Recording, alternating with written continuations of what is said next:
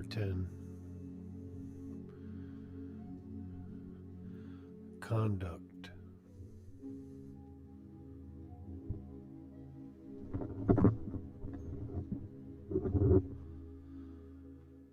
Treading upon the tail of the tiger, becoming involved when we ought to remain innocent is to challenge fate or tread upon the tiger's tail. The tiger symbolizes fate. So long as we are sincere, conscientious, simple, and innocent in our conduct, the tiger does not bite. However, if we self-confidently and obstinately follow the wrong path, as we do when we try to create opportunities to influence rather than allowing them to evolve, we get bitten. We challenge fate when we step over the thin line to tell another what is wrong with him.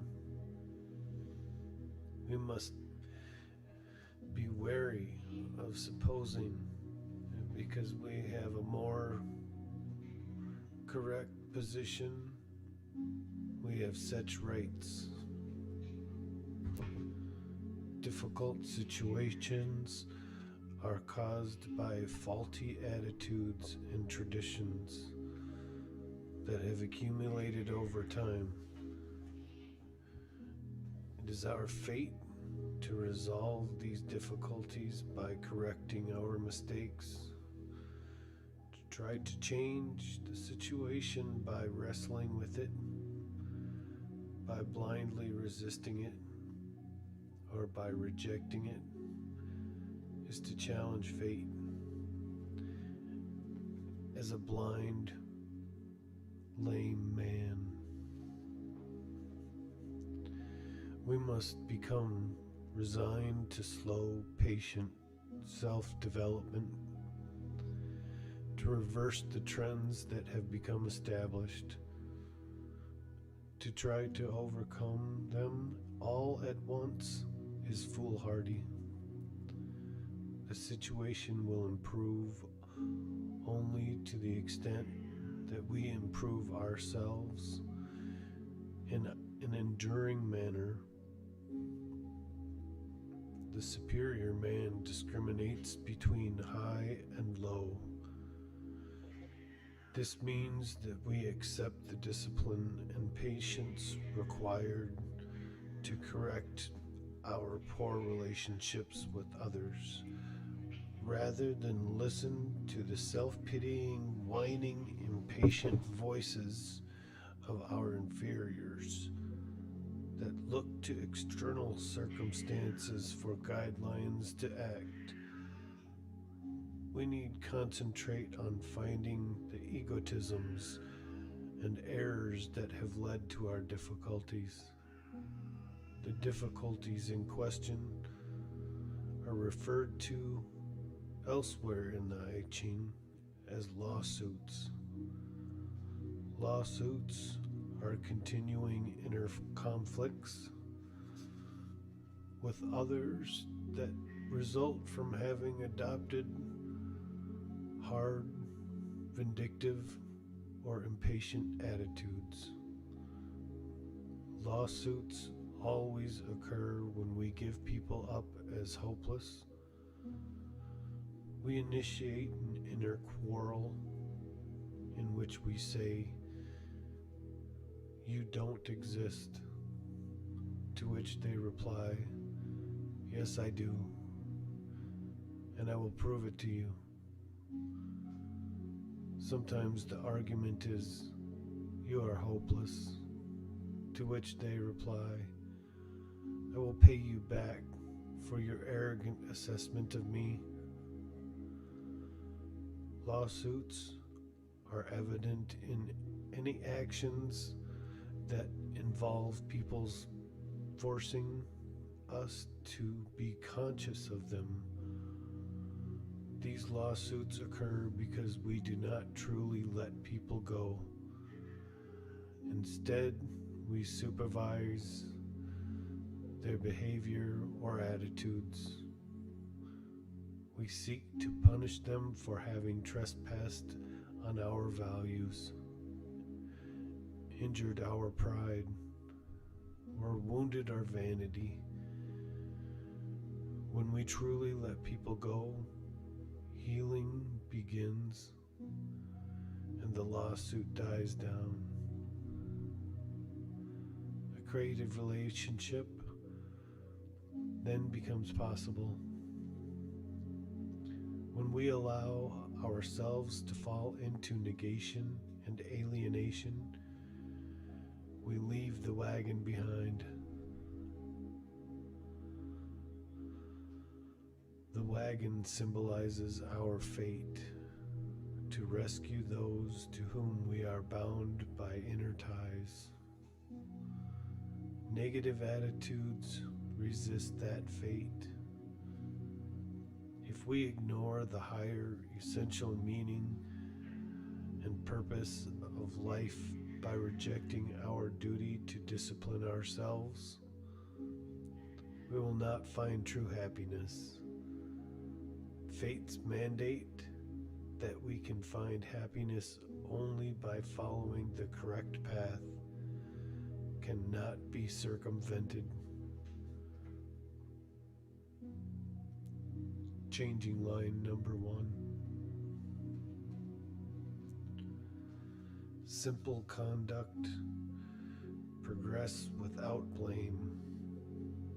We make progress so long as we remain detached and free of selfish considerations. But we should be on guard against waiting to regain lost comforts. Such wanting gives rise to relentless and ambition. Such wanting gives rise to restlessness and ambition, to force progress or to conclude matters. We remain content with slow progress and not allow the desire to make progress or the desire to end the situation to influence our attitude.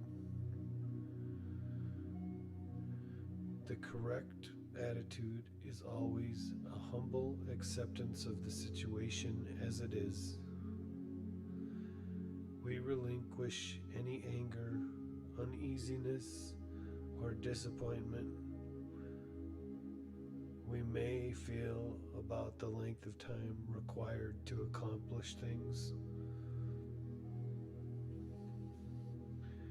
Changing line number 2. Treading a smooth, level course. Perseverance brings good fortune. We should stay free of inner conflicts, such as questioning, why is this my fate? And what should I do?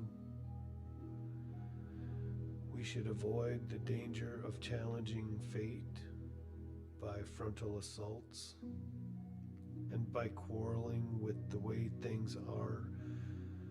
To circumspectly remain disengaged is to tread a smooth, level course.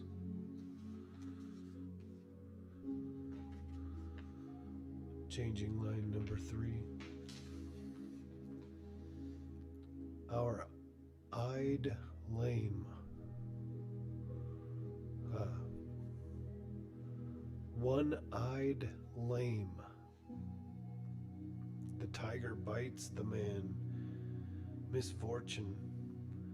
When we self-confidently think that we can overcome fate by aggressive effort, we are sure to experience a rebuff. To plunge ahead is to meet with failure. Even though we are in the right, we should not assume a strong position. It is necessary to control blind ambition and not employ powerful means. Instead, we should rely on the beneficial action of nature to correct things. The more correct our position, the more modest we must become. Changing line number 4. He treads on the tail of the tiger. Caution and circumspection ultimately lead to good fortune. The dangerous enterprise is to think we must interfere to avert disaster or unwanted consequences. To interfere is to plunge ahead willfully.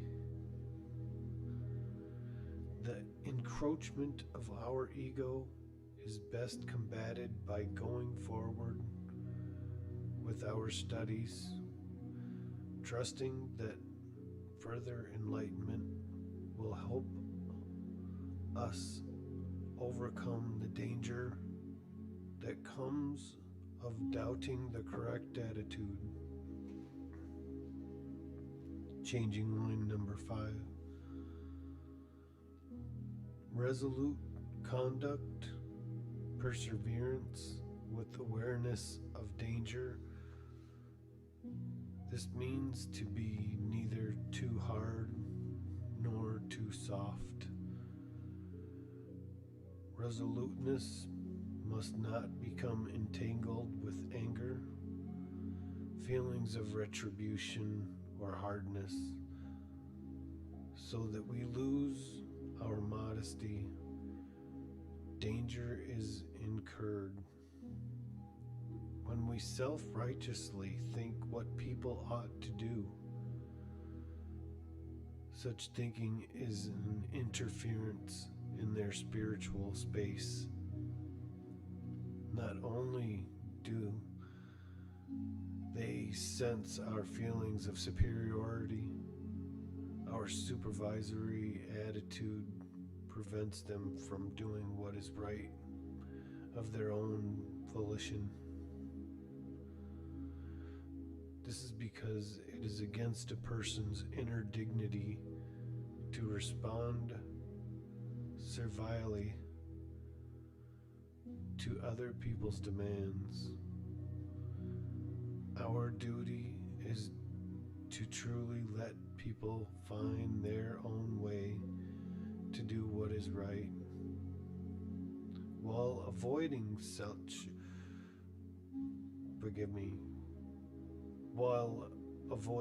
self-righteousness. We need to remain firm about what is correct and associate only with people's better selves. To pander to their desires and demands is to throw ourselves away. To overlook evil put before us is magnanimously to play God. While we may not tell people what they can or cannot do, it is our duty to make clear the limits of what we are willing or unwilling to join in doing.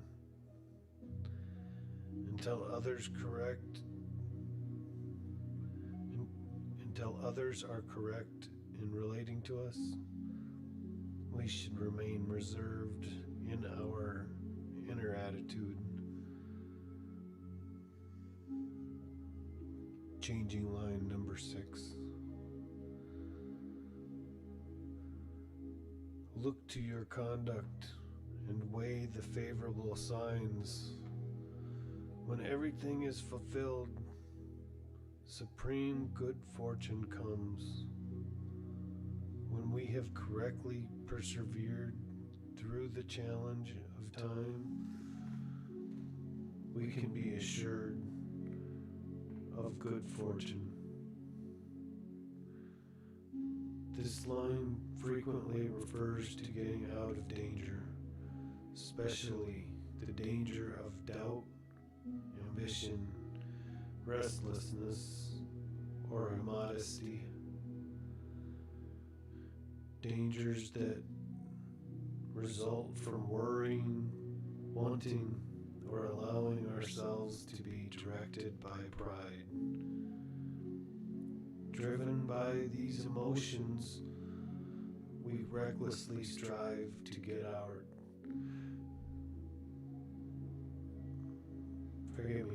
Driven by these emotions, we recklessly strive to get out of difficulties, only to make them worse and more dangerous to our inner balance. To regain inner balance, it is necessary to come to a humble acceptance of the situation as it is. The acceptance needed is unconditional, like that required of Catherine in Shakespeare's The Taming of the Shrew. Here, fate is the taming factor. When we accept that we must engage the helpful energies of the higher power, we are led out of our problems. This completes Hexagram 10.